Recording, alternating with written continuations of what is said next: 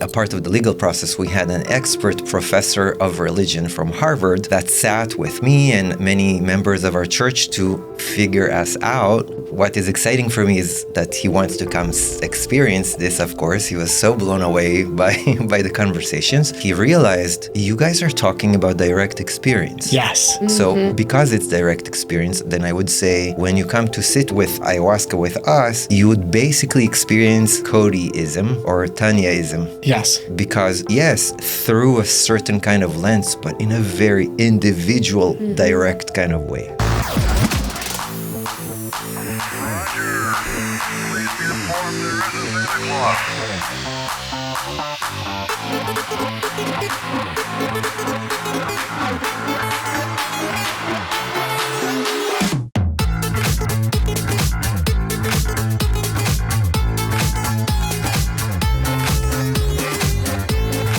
Welcome to the Acid for Squares podcast. I'm your host, Tanya Dahl. And I'm Cody Blue. And if you like what we're doing here, please like, subscribe, rate, comment, hit that notification button. It helps us out a lot. And on today's episode, we have returning our dear friend and an amazing ayahuascaro, Kai Karrel. Brother, thank you for being on. We appreciate you. I couldn't wait to be back. Yeah, this is a special day. This is a special day. Our audience loves you, by the way. You're one of our most popular episodes that we've ever done.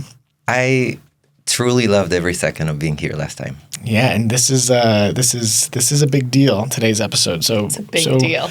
It is. So Kai is the founder, and we are happy and proud to announce he's the founder of the first independent ayahuasca church in the United States, and it is officially open. Are we not? Are we officially open? I will add the word legal ayahuasca church. Legal ayahuasca church. So it's official. It is official. Okay. As of yesterday. All right. And we have a huge deal. Congratulations. Lead the charge, bro. How many years have you been trying to push this forward? I would say about a decade, in the sense of from the very beginning, that was my intention. And specifically building the church with that in mind. And we sued the government, which is a complex story, but we sued the government 3 years ago, and the process has completed yesterday. I didn't know you could sue the government. I didn't either. Of course you can. How does one go about suing the government? Well, you Lawyers. Get a lawyer. But suing the government for our legal right to do this work. And I will just start before we even go into this, that after completing the process, I will give them actually kudos in the sense of they care that people are safe. It's not that they just don't want this to happen. They do, a little bit maybe, but they do have a deep care that it is done safely, according to that there is some kind of structure that's not just like, hey, just have this and let's see what happens. They want to know that if someone comes to a religious experience of this kind of magnitude, because it's a very serious experience, as we all know, that there are certain guidelines that the churches that are legal follow. So in this 10-year journey, I made sure that we do everything to the best of our ability, as safe and as organized and as planned as possibly we could and have. That's amazing. We have people all the time reaching out to us asking where they can work with ayahuasca. And, most of the people that watch the show, they live in the United States. We definitely have some people in other countries, but the majority is in the United States, and there's not really anywhere that we can tell them to go to. And so this is really huge for us and for our audience and for everyone that lives in the United States. So we're just so happy and grateful that you've put in so much effort and so much work into creating the space that now people can come and heal. Yeah. I deeply appreciate, and with that I will say that I truly believe, and I think it's important to mention, ayahuasca is unique in the way that it is offered. There are many different ways to sit with ayahuasca. Some people will say only with the indigenous people. Some will say only in Peru. Some will say only in Brazil. There are many ways, and as there are many different people, and every person has to find the flavor that works for them best. Celestial Heart is one of those flavors. yes, we're legal, so that helps in that kind of way, but it might not be the cup of tea for every person. Celestial Heart is a syncretic church, which means that it brings together a few different religions. And also, one of the reasons that we could become legal is because we do follow a religion called Umbandime, which we can talk about a little bit later. But the way that we offer the ceremony is very different than a Peruvian Shipibo or a Brazilian Santo Daime. So, and I'll probably will get to what we actually do in our ceremonies, but it is important as you choose, whether it's just because of location, okay, oh, it's legal in the United States, so let me go there. Maybe it is right for you to go to Peru or Brazil. So it's not just a location. It's about truly finding a place where that's how I see it. Of course, everyone can see it differently. But when it comes to talking to God, you will find the place that suits you most, whether it's in the States or Brazil or Peru or other places where it's legal. It is important to keep that openness in heart, that there is no one way of drinking ayahuasca. There's infinite ways. There's so many different, maybe not infinite, but many, many ways. And what matters most is the place that your heart feels, yeah, this feels in alignment to me. Yeah, all rivers lead to the ocean, right? So much of coming to the journey of working with medicine for me was being able to appease all of my my insecurities and fears, like my mental, like what my mind thought it was, and the fears based around doing that work. There was so much, it took years of overcoming those obstacles, reading, learning, researching. And then, of course, you actually get in the medicine and you're like, nothing could have prepared me, and this is the whole nother thing. It's like, but that is a real phenomenon of getting through sort of like the cultural programs of fear around preparing and finding the right space and the right people and the right path. We vouch for you. Can you tell us, even though we have not had the pleasure and the honor of sitting in your ceremonies, but so many of our friends and teachers sit with you and you sit together, we roll in the same circles. Let's start with the religion itself that you use as the foundation. Umbandime? Umbandime. Mm-hmm. Is that a branch of the Santo Daime? Umbandime, the word, is a connection of two words, Umbanda and Daime. So the Daime part is Santo Daime, which I'll talk about in a second, and the Umbanda part is an Afro-Brazilian religion that relates to African roots, but in short, what it is the personification of the forces of nature. Okay. Which, very simple example, let's say I can say, Tanya went to the beach. Okay, we all know what I meant, right? But when you study Umbanda and you start to relate to nature in a different way, you will say, Tanya went to bathe in the waters of the goddess of the ocean.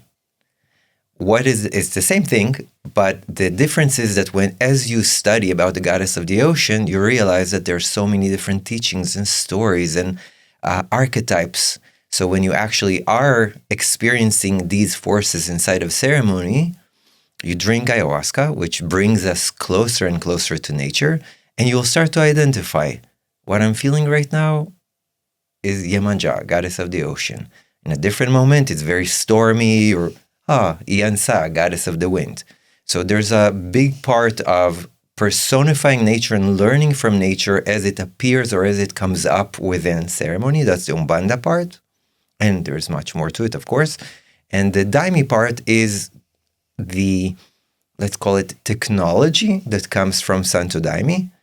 But even when we say Santo Daime on its own is a syncretic religion, meaning that there's no one thing that they do. It's another huge group of teachings and traditions, Catholic, Spiritism, many different layers of African traditions like Candomblé, like Umbanda also. So there's a lot of different beings that are involved. But this connection kind of means, if I really simplify it in a very non-professional way, I would say that Umbandaime churches like us make a connection between the work with the spirits of the world and the spirits of the astral. So there's earthly and astral And we also deal with a little bit beyond astral. So there's all these different layers and levels of how do we interact with spirit. Oh my God, so many questions. So first off, syncretic religion is such an interesting phenomenon because most religions are inherently syncretic because they have roots in either oral tradition or indigenous tradition or pagan tradition. So they might not identify as being syncretic and they are singular, but there is a lot of being, we're all talking about the same thing. And one of the questions I have around, it's sort of a semantic thing. Like something interesting when we formed this company, the legal paperwork, we had to pick one of us to be like the CEO, the CFO, the COO, and we went into it going, everything is equal. We're just this, but the paperwork, the way it processed, we had to pick these things in order to be legally processed. So one of the questions we would have for you is this the religion you feel 100% most aligned with, or is this this might be a tough question for you to ask, but is this just the religion in which you and your spirituality is expressing itself through and operating through in order to essentially build a church legally in the States? Like you said, on paper, Umbandime. That is our, and even that, even if you go to Brazil and try to understand what is an Umbandime church, it will be hard for them to answer you because it's very complex cosmology that, like I said last time I was here, that only after you drink ayahuasca you really understand. Yeah. Right? Yeah. A part of the legal process, we had an expert professor of religion from Harvard that sat with me and many members of our church to figure us out. What is exciting for me is that he wants to come experience this, of course. He was so blown away by the conversations. He realized, you guys are talking about direct experience. Yes. So we're not talking about an idea or a philosophy, which when, let's say, in the papers to DEA, they're talking about philosophy, and we're talking about, talking to spirit, like one-to-one. It's a very different kind of concept, right? So yes, on paper, Umbandime. On reality, because it's direct experience, then I would say when you come to sit with ayahuasca with us, you would basically experience Codyism or Tanyaism. Yes. Because yes, through a certain kind of lens, but in a very individual, direct kind of way. That is the coolest way you just put that. You're going to experience Codyism, Tanyaism, Kaiism, because spirit is so intelligent and it meets you where you are, and it will take the form and the path to meeting you that is best for you in that moment in terms of eliciting your growth and healing. And I am always blown away by this. So that is so cool. So it is going to be individual. And I guess that, we were going to ask you to kind of unpack that religion, but it almost seems like it will be reductive. It will never really do the trick if we really ask for the religion to be unpacked. So why don't, instead of you unpacking the religion, why don't you tell us a little bit about the difference between how you hold space and your church is going to hold space where perhaps other traditions might have differed? Yeah, so especially because you were talking about how people might feel more called to work with different groups. So for people to know what it is, because we've only sat in, a handful of different circles. So there's definitely a lot out there that we don't even realize. Maybe I'll share with you my own journey, why Celestial Heart was even started.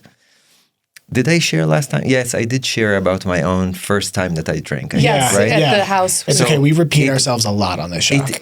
My personal story about the first time I drank ayahuasca ended with me crying for hours on my own. And when the facilitator came in the morning, asked me, "You okay?" And I said, "That's what I'm going to do for the rest of my life." And that moment was the beginning of a journey. It's not like, oh, that's what I'm going to do and I'm going to now serve ayahuasca. I'm like, okay, what do I do? Where do I study? How do I go about this? And started a very long years of study in different schools and different traditions. But very early on in my process, my body starts shaking on its own. And I would always disturb the group because I would be shaking a lot and they would tell me, stop. And I'm like, it's not me doing this and it's amazing. The feeling internally is incredible. Until one time, there was one person who actually knew what's going on with me, told me, you should go to Santo Daime because what you're experiencing is called mediumship. It's the first time I heard this term. That's where the body's shaking? thing? Mm-hmm. Well, that happens to us all the time. And so let's get there. Okay. And I was so amazed, and I said, wow, okay, so let me explore this. And actually, I think one of the first time that I was really saw a person that actually did what I'm feeling, what I'm talking about, what I'm experiencing is what I'm seeing. Where before I was sitting mostly in Peruvian-esque ceremonies, so my experience was out of what was going on in the room. They were chanting to plants, they were chanting to animals, and my internal experience is seeing angels and talking to winged beings and different things. I felt, and I'm shaking all the time. So I always felt I'm out of place. And then I actually met Jonathan Goldman, who's the head of Santo Daime USA in the Church of the Holy Light of the Queen in Oregon. And I went to a mediumship ceremony. And what I saw and what I felt was like, yeah, this is what it is that I was looking for, which was an explanation for this whole shaking phenomena that we'll get to. Oh my God. And with that, Santo Daime is a very specific religion where we sit with books, lights are on, we sing in Portuguese. Often the teacher teaches about what we're learning. So I would say it was a step closer to what I was looking for. The mediumship, how that comes up, is exactly what I was experiencing. So in the Umba and Daime, the Daime part really dialed in for me with my mediumship. Then I started going to Brazil and looking for different churches.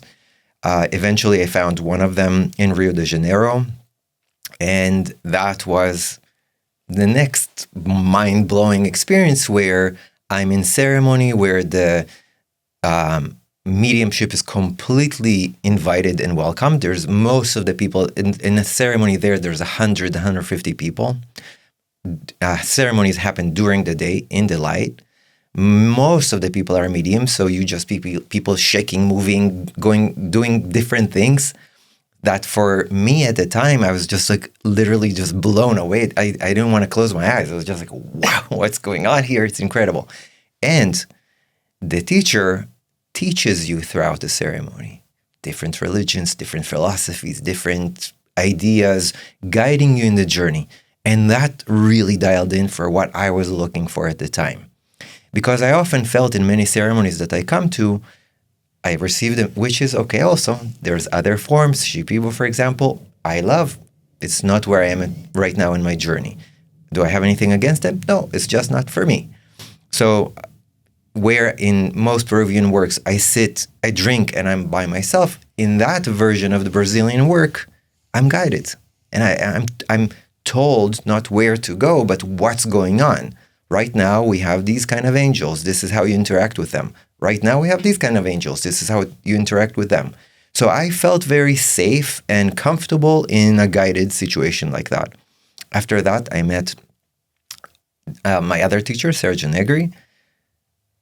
Took this to a whole other level of profundity and the depth of the teaching and the guidance that happens in the ceremony.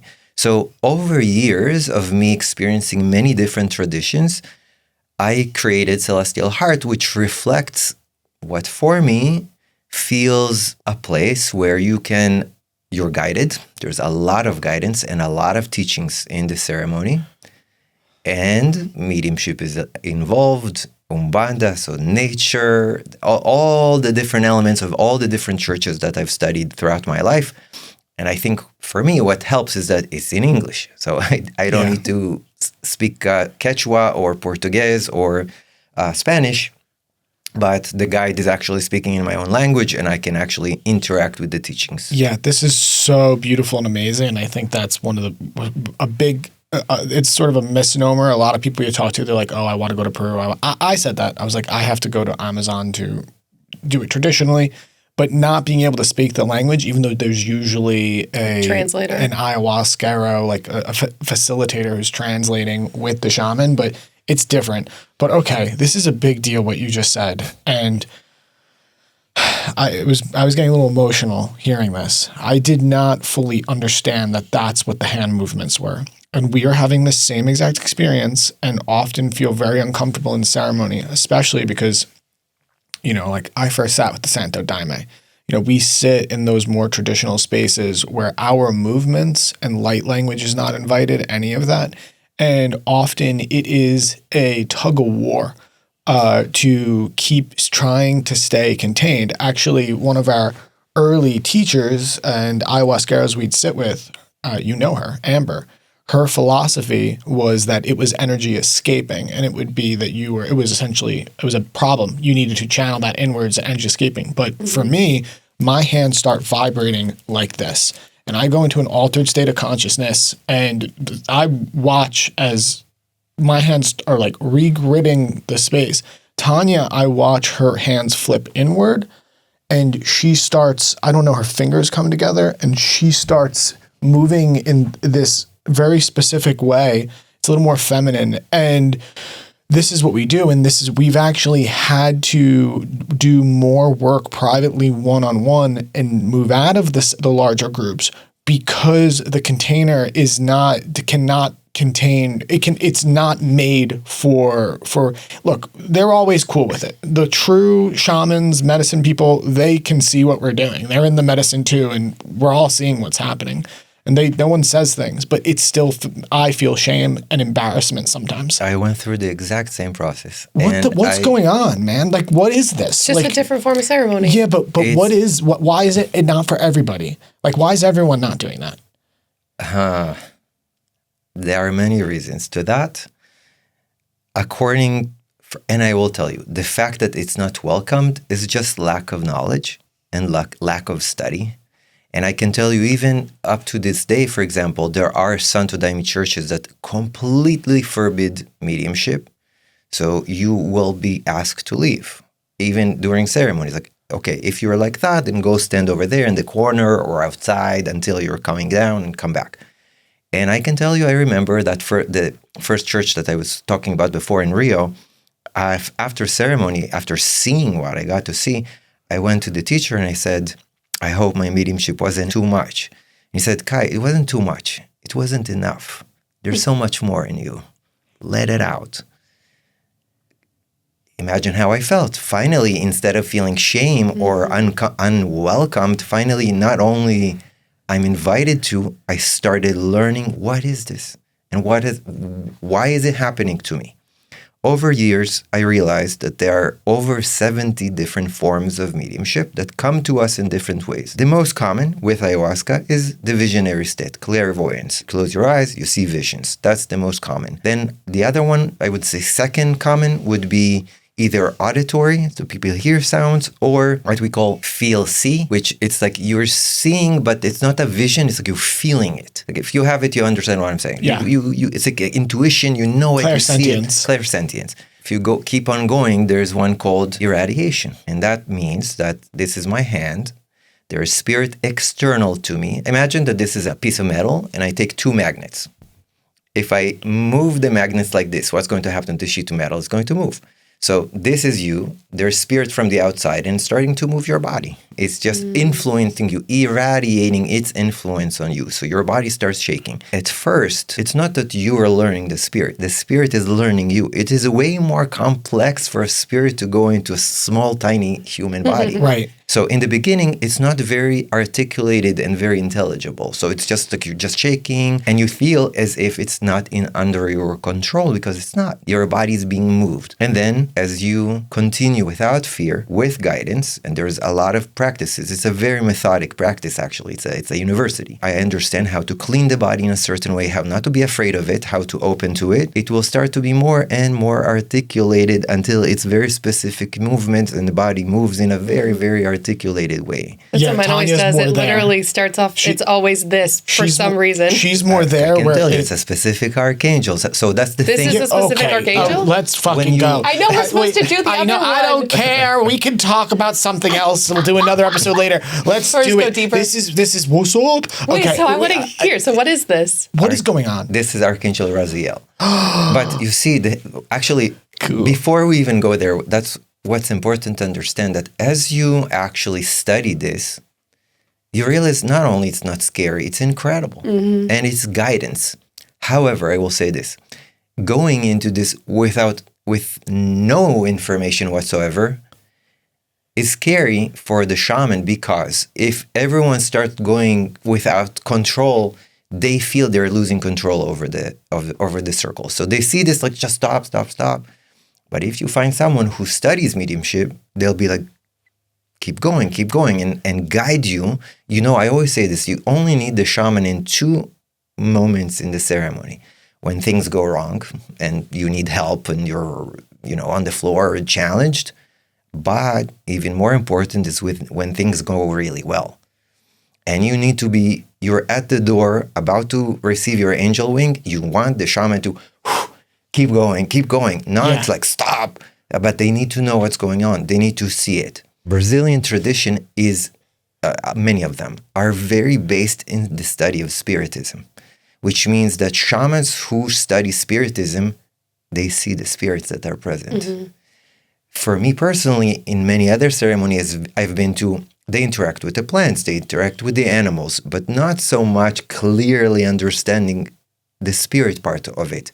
Very huge generalization. There are many incredible shamans, of course. I have found more in my own practice of Brazilian traditions, absolute understanding of what's going on and the ability to guide you without fear into what's going on in your body in certain moments. Yeah. It's a spiritual journey, meaning that in the beginning, and it's very methodic. You are guided how not to develop a lot of ego. Oh my God, I'm talking to archangels. And your ego will flare up for a while, but then it will show you humility. And then you learn the many different stages. It is a spiritual path that helps you develop as a human being after all. And having a specific archangel in your body helps you see life in a different way and elevate. Perhaps as a human being, you wouldn't be able to see or choose certain choices. But if you see things from a higher perspective, oh, wow, maybe I can look at it differently. Make sense? Yes, so, of course. Wait, no, I haven't asked one question. Sorry. I've never this is like life-changing. One question. We're talking the whole time. I'm sorry. It's life-changing. I can't even. I have a question. My mind is being blown. No one is mine ever. Too. Okay. Okay. Kai, so you talk about doing the ceremonies during the daytime. And so the ceremonies that I've always sit in, they're in darkness. Occasionally, maybe they'll light an altar or a candle on the altar. But for me, I write nonstop because I'm just getting messages and I just write. Like last time I wrote 33 pages. I was just nonstop. So I have to literally I have a black blanket that's like a blackout blanket. I put it over my head and light a tea light candle and just sit under the blanket the whole time. Why? Because I'm not allowed to bring light into the ceremony because that's not, ironic. So I have to hide under a blanket. I'm like you. When I'm with my teachers, it's like notebooks of information.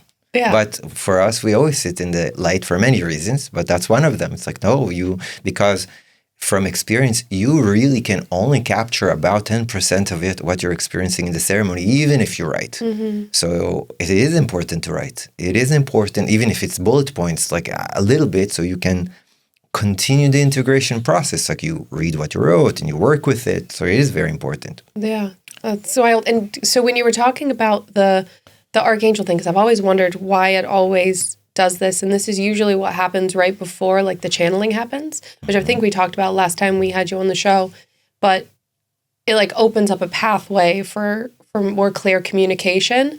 So now question, if this thing that's happening is a specific angel or archangel, does that mean that that's the being that's chit-chatting with me?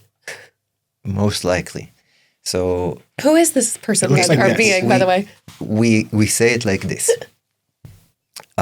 It is the way of darkness to act without permission. It is the way of light to honor your free will. What it means is that the negative spirits, what we call in Spiritism obsessor spirits, because the experience of them is like obsessive thoughts, repetitive, like mocking spirits, vicious spirits, sabotaging spirits, hungry ghosts, and vampires. These are the main five categories. There's more, but these are the main five. They don't need permission. They try to eat you all the time. Like you're stupid, you're lazy, just blah, blah, blah. You pay attention to this more in ayahuasca, but this happens all the time. Just in our daily lives. When I'm with medicine, I have more awareness of this. That's the only difference. So they don't need your permission. However, any angel, any benevolent spirit, they look at you and they think you're perfect. Even though you might disagree, if you don't ask for their presence, they're not going to come. They're not going to lift a finger to help you because they say, you are a divine being. I honor your free will. If you haven't called on for me, I'm not coming. If you call me, I'll be right there. But if you don't, I hold off. Over centuries of study of the mediumistic phenomena, people realized that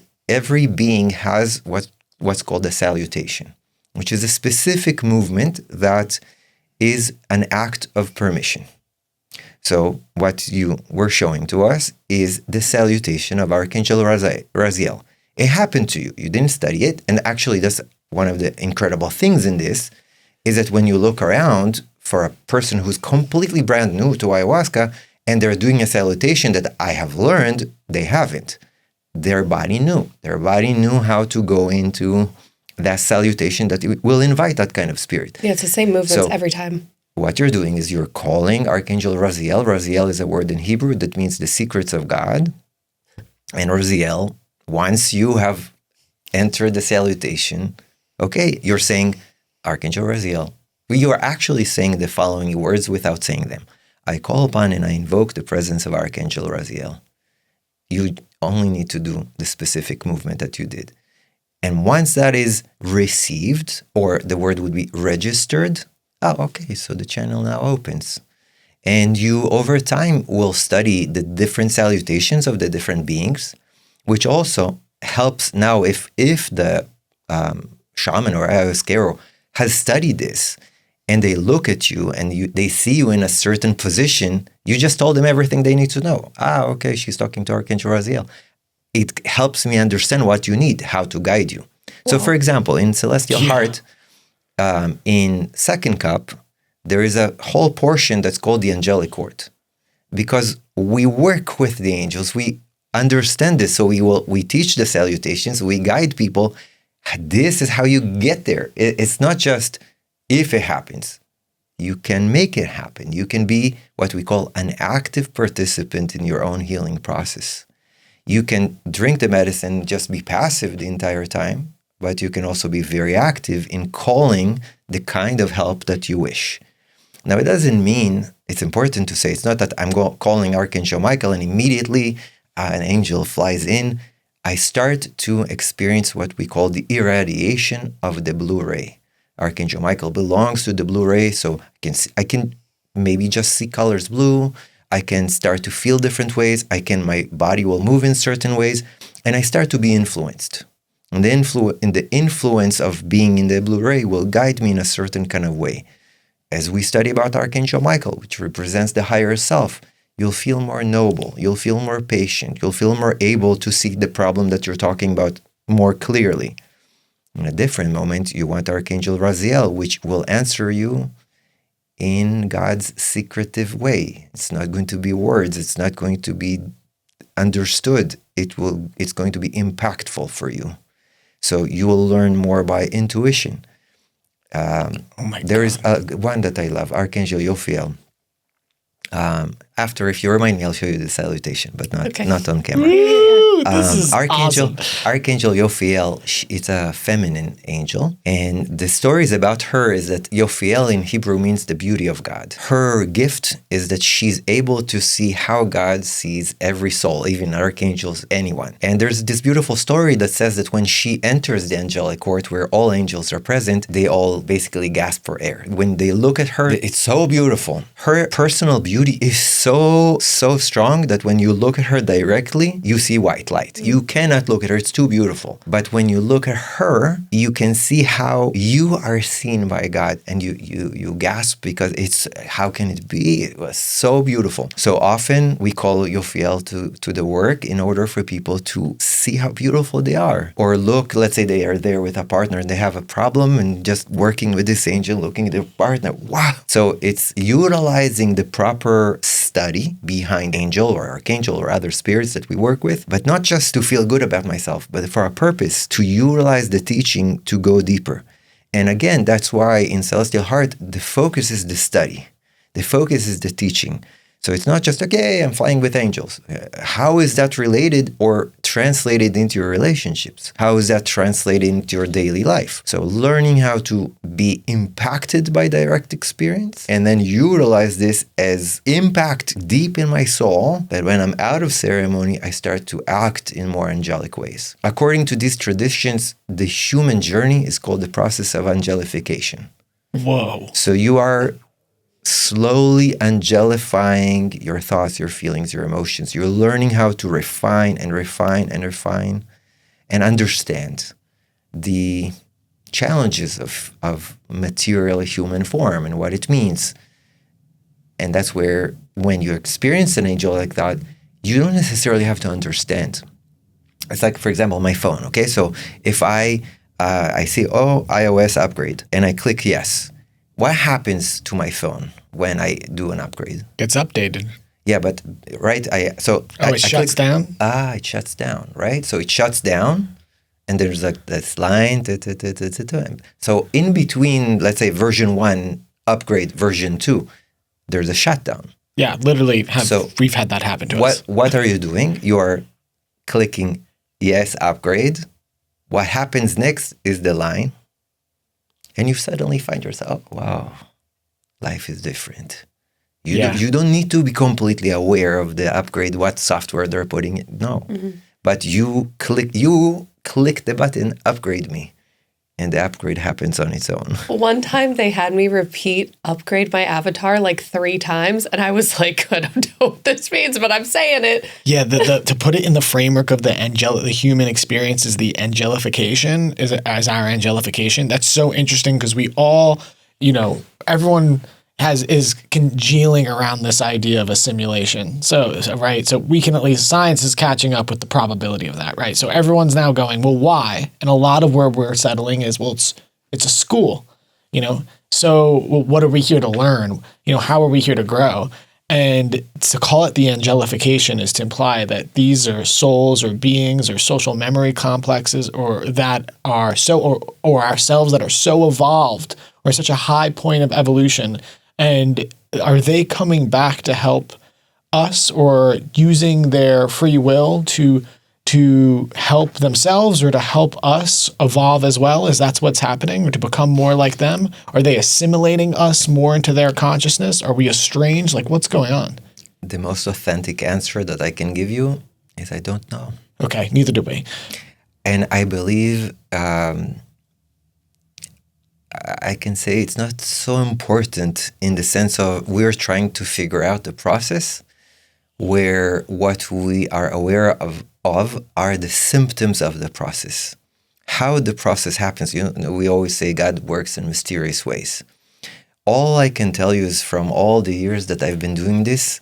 Remember last time I threw water on you. I told you it's not about belief. Do you believe you're wet? No, you're not. You don't believe. You know. As the more you do this kind of work, the deeper and deeper you get to know that nothing here is by chance, and that there is a incredibly wise, intelligent, divine plan that is guiding you. According to our belief in Spiritism, we believe that every person has a mediumship mentor that they are born with for a specific life, and a guardian angel that accompanies you in all of your lives until you yourself become an angel, and then they're released from their duty.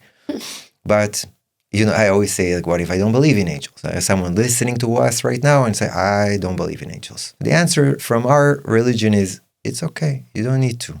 They believe in you. And that's what matters. Yeah. You don't have to believe, but there is a magical, mystical hand that is guiding your life and helping you.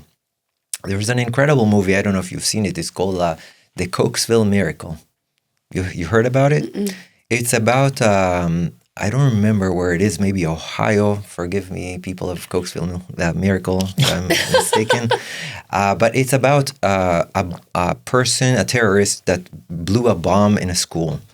And there were like, I don't know, maybe 40 kids or something like that in the classroom. And it exploded. The bomb went off, but not a single child got harmed. And literally, if you go into the room, it's sprayed with all the holes, like completely, not a thing, and like in a shape of a child that it went around. Wow. And everyone's kind of shocked after that. And then 2-3 days later, the children started saying what they saw and what happened. And they basically all eventually said that angels protected them. Mm-hmm. But the description of the angels are their grandparents and people that they've never seen before. And then it's let's say a 6-year-old girl, and they're looking at photo albums and oh, that's her. So, and it's a true story. You can see the interviews at the end of the movie with people that were affected by these angels. There's so much, let's call it proof. Someone else says, I don't believe it. It doesn't matter.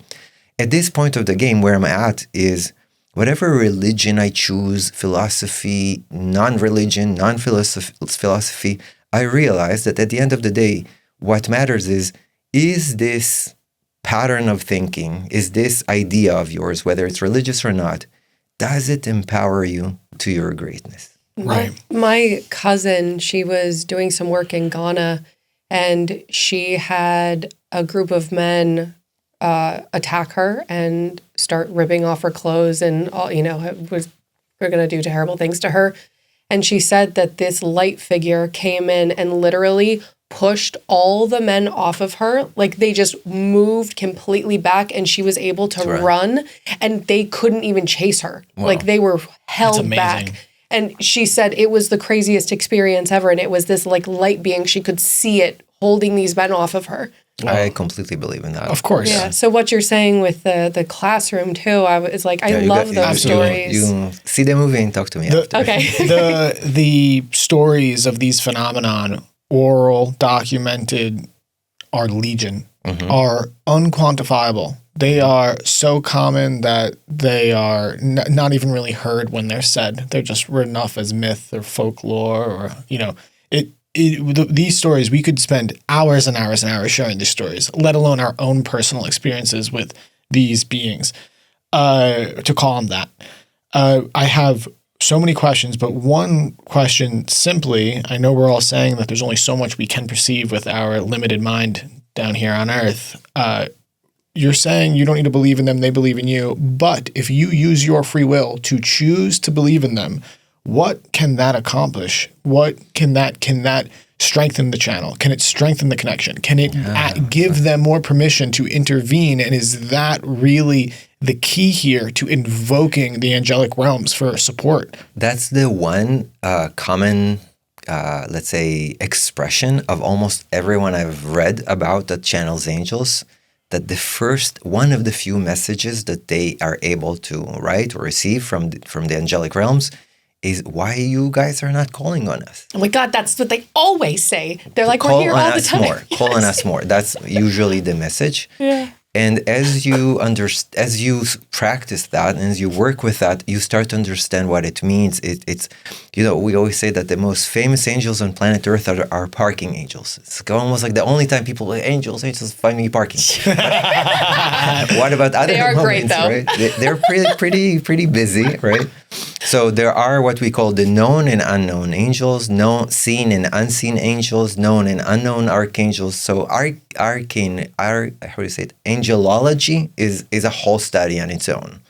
And there are other kinds of spirits. We're talking angelic court is just a very specific and even I would say small part of the astral. There are so many different other realms. How does it empower us? One, by studying how they see us, you get to understand the patterns of your mind in ways that they understand you, why you act the way you act, why you behave the way you behave. Your guardian angel sees all of your lives. So you might come into this life with, let's say, you don't know why you're just angry all the time. You don't understand. You're like, nothing really happened. I didn't see this from my parents. I didn't see this from my family. I don't have a reason. So you go throughout this life without memory of your past lives with, I'm just angry all the time. So you go to therapy, you go to different things, but there's no reason. But your angels know exactly why you're angry, because in the last life, that person betrayed you and you never forgave. So the angel is going to try and create situations for you to repeat that so you can forgive, so let go of the anger. one of the founders of Santo Daime says that one of the reasons to drink ayahuasca is to understand our past lives. So you actually have the seed of what's called the cause to which you are the effect. Why? Why am I the way that I am? So often we see this in ceremony, that people go through a certain vision, and the saying around this is seeing is freeing. All that you need to see, or all you need to experience is to see. Like, wow, that's what happened. I was murdered in this kind of way, and that's why I feel my throat all the time. And this happened to me, and this happened to me. So over time, you start to understand the causes to why you are the way that you are. As you interact with your mediumship mentor, for example, they are not just guiding you in movements and stuff like that, which they are, but they're mostly guiding you to understand yourself in relation to your life's journey, where you were, where you are, where you're going, how to interact with other people. And they are here to do the best they can to maintain you on your divine mission, which is nothing other than, why are you here?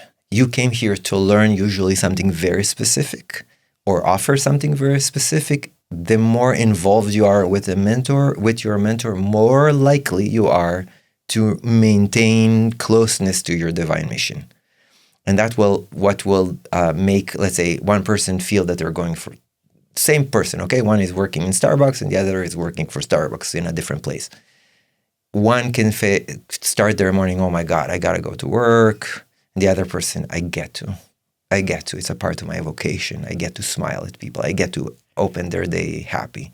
But because they understand that there's a reason why I'm stationed here in this moment in time. And if I'm just like, okay, I just need to pay rent, it's a different.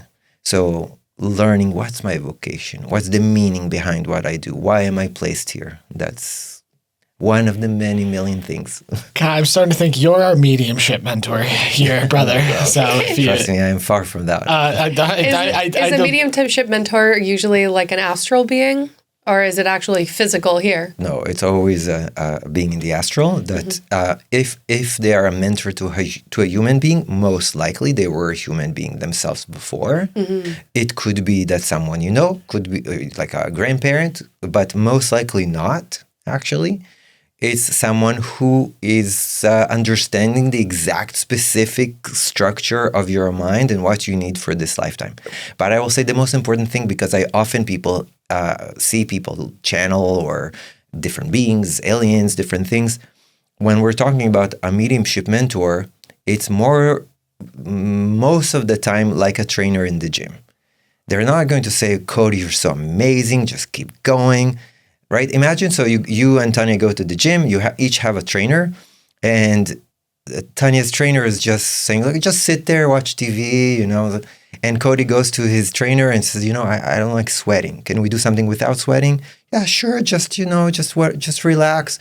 It's not a good trainer, right? You want a trainer like, give me 10. And that's what your mentor is. Yeah. They are here to trigger you, pressure you, put you in situations that are uncomfortable, with the knowing and intention that they're here to maintain you on your divine mission and to really push you forward. Yeah. So often when I see channelers or people that are my dream team or my guide and all the different words that they have for their guides, they're like this amazing human being that's channeling.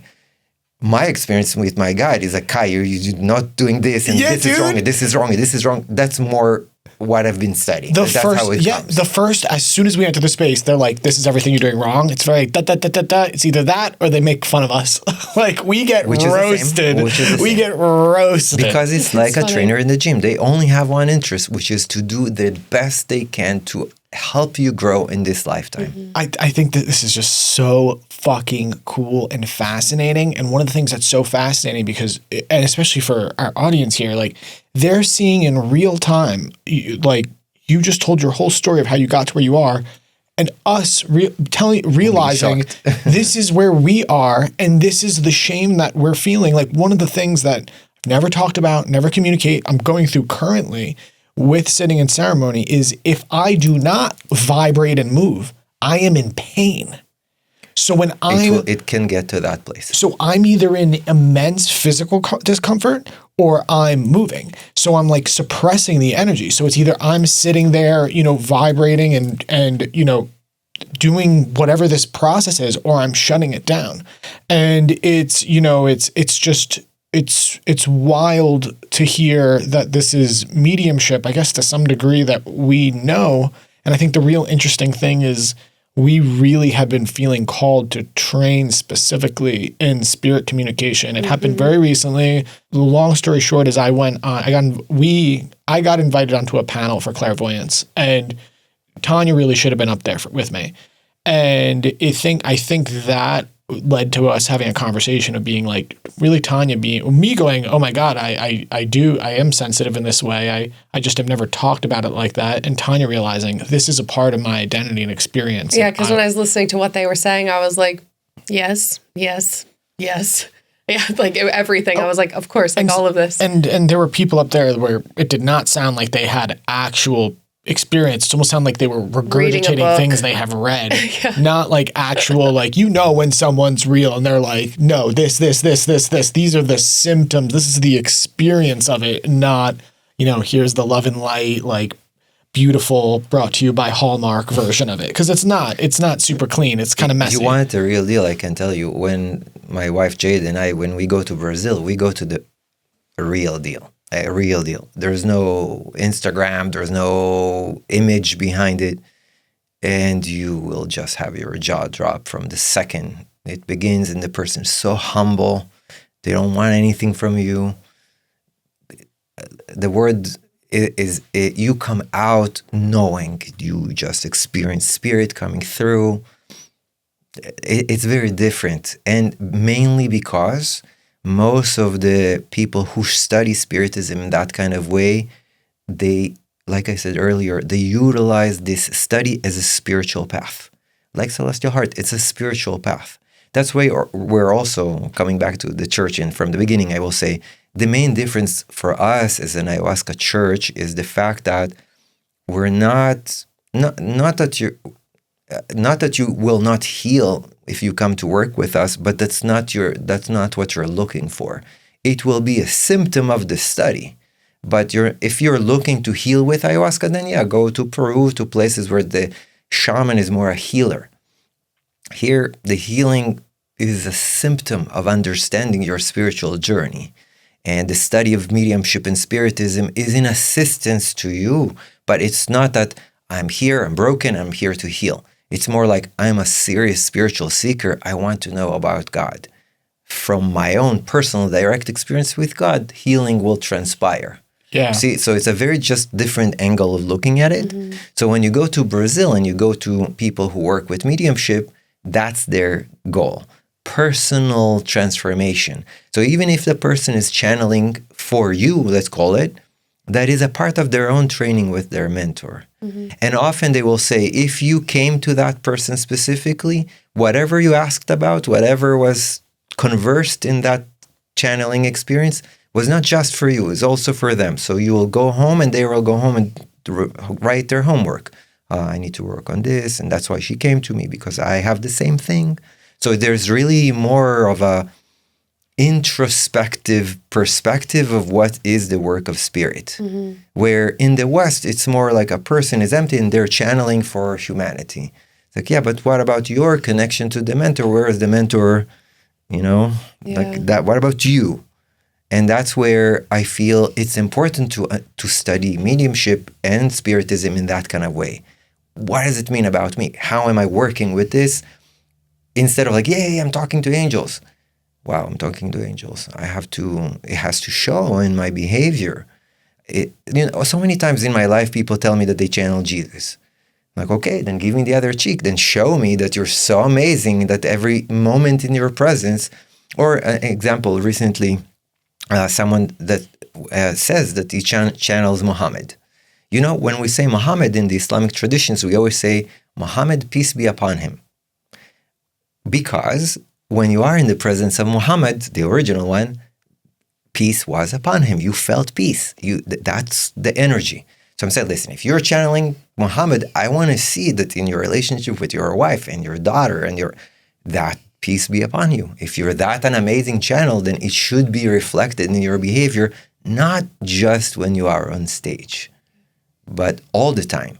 So the study of mediumship is, yes, connect to Muhammad, connect to Jesus, connect to Buddha, connect to whoever you want, but I want the impact of that interaction to be apparent in the way that you interact in life. As we close here, is there anything that you would like people to know about your new church that's opening up, or anything that you feel they should know when seeking out or trying to find a place to go to, or anything like that that could help people? Well, first, our church has been open for a long time. It's now being legal, but it has been open for a long time. Like I said, though we are welcoming and open to whoever wishes to experience our work, it is not ayahuasca for ayahuasca's sake. It is a deep, deep spiritual study, and we're full most of the time. We're a very serious group of people that take this work as a very serious spiritual study. So people are welcome to visit our website, celestialheartchurch.com, contact us, but we're not like, hey, we want thousands of people. We don't at all. We want to continue the profound level of study that we have, and very, very, very, very strict in that sense, like study. If you're here, is because, and again, we received our legal right because we're very, very serious, and our religion, and utilizing ayahuasca as a sacrament, not as it's not a party, it's not a fun thing. It's like, if you come with us, it's a very serious journey. But what I would say, if you are looking for ayahuasca, first question you need to ask yourself is why? What are you looking for? Do deep study. It is important to ask the person, first and foremost, you have to ask, there's one ground question, which is, what is in the brew? And the answer should be vine, leaf, and water. Nothing else added to it. If that's all that they know who makes it, right? So it's not from ayahuascawalmart.com. They either cook it themselves, or they have a very close connection to the family in Brazil or Peru, wherever they get their medicine from, that they know that's the only ingredients in it. You want to know that there are multiple guardians in the space. My personal experience in most Brazilian churches are like that you have at least one guardian per 5 people. So if there are 30 people, in our situation, for example, the ratio is almost extremely the opposite. We have 5 maximum new people in a ceremony. The other 20-something are guardians. So you want to make sure that the space held very safely. People know what they're doing. You want to talk maybe to people who have experienced this kind of work, and you want to know exactly what happens there.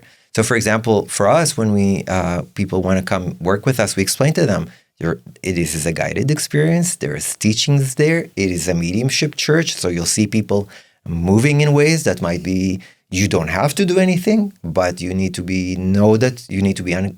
you might be uncomfortable in witnessing angelic behavior that you've never seen before. We'll explain to you. You don't have to do anything, but know that it's there, etc. So that you want to know what the ceremony is about. And of course, all the technical things about you need to know. If you sleep over, what do you need to eat, the process, the diet, all the more technical parts about the ceremony. Is there integration after? Again, you want to make sure that there's no other medicines involved in the process. Ayahuasca is enough. Ayahuasca, let's say the 3 medicines of the forest, ayahuasca, hape, and sananga, these 3 work together, but nothing else. There's no additives, there's no combinations, there's very adherence to the, and that is because these medicines are natural and will not cause. Again, you have to consult with the doctor and go through the diet restrictions. There are certain situations, blood pressure, many different factors that you have to make sure. And actually, the group you're approaching should ask you to fill up a medical form that they know exactly that you're not in risk in any way.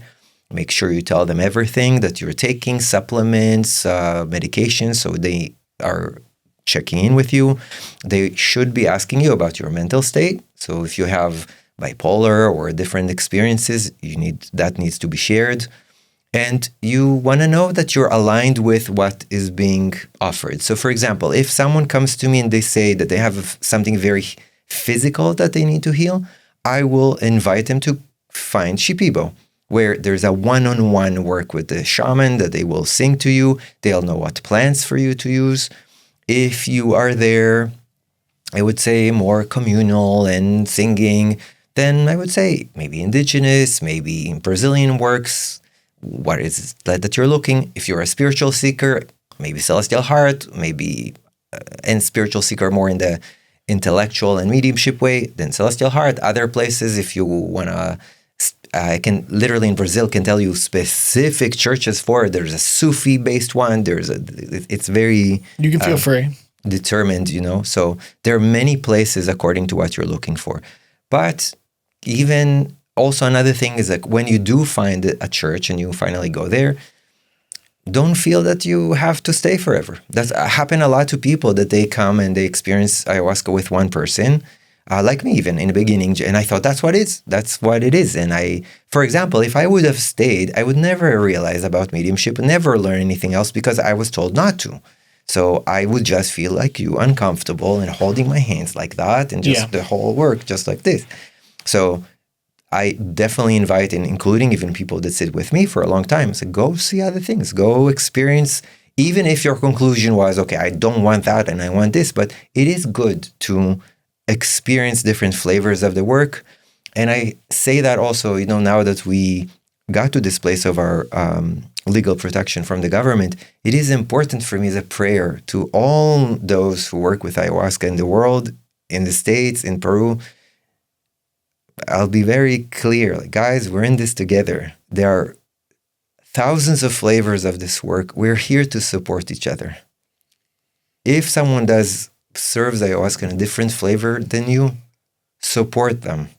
Don't try to. We have a common, let's say, not enemy, but a common attempt to bring beauty and harmony and guidance to the world. Common goal. Let's hold hands as a community of ayahuasca in the world instead of the opposite. All ships rise together.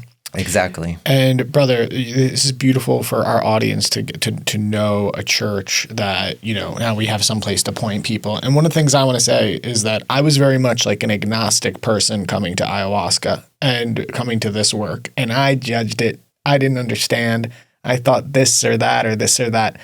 10 years later on the other side of this work, it is so important, everything you're doing, and people do not understand the full, like you're talking about everyone, only having 5 new people in a 32-person circle. That is coming from experience. When me and Tanya have walked into circles where there is so many first-timers and we look at each other and go, oh my God, this is going to be hell. And the heavy lifting that everyone, especially the people that done this work, moving energy for these people, it is really tough. And it's interesting because that's the reason why a shaman that has, let's say, 15 people can't allow you to be too free.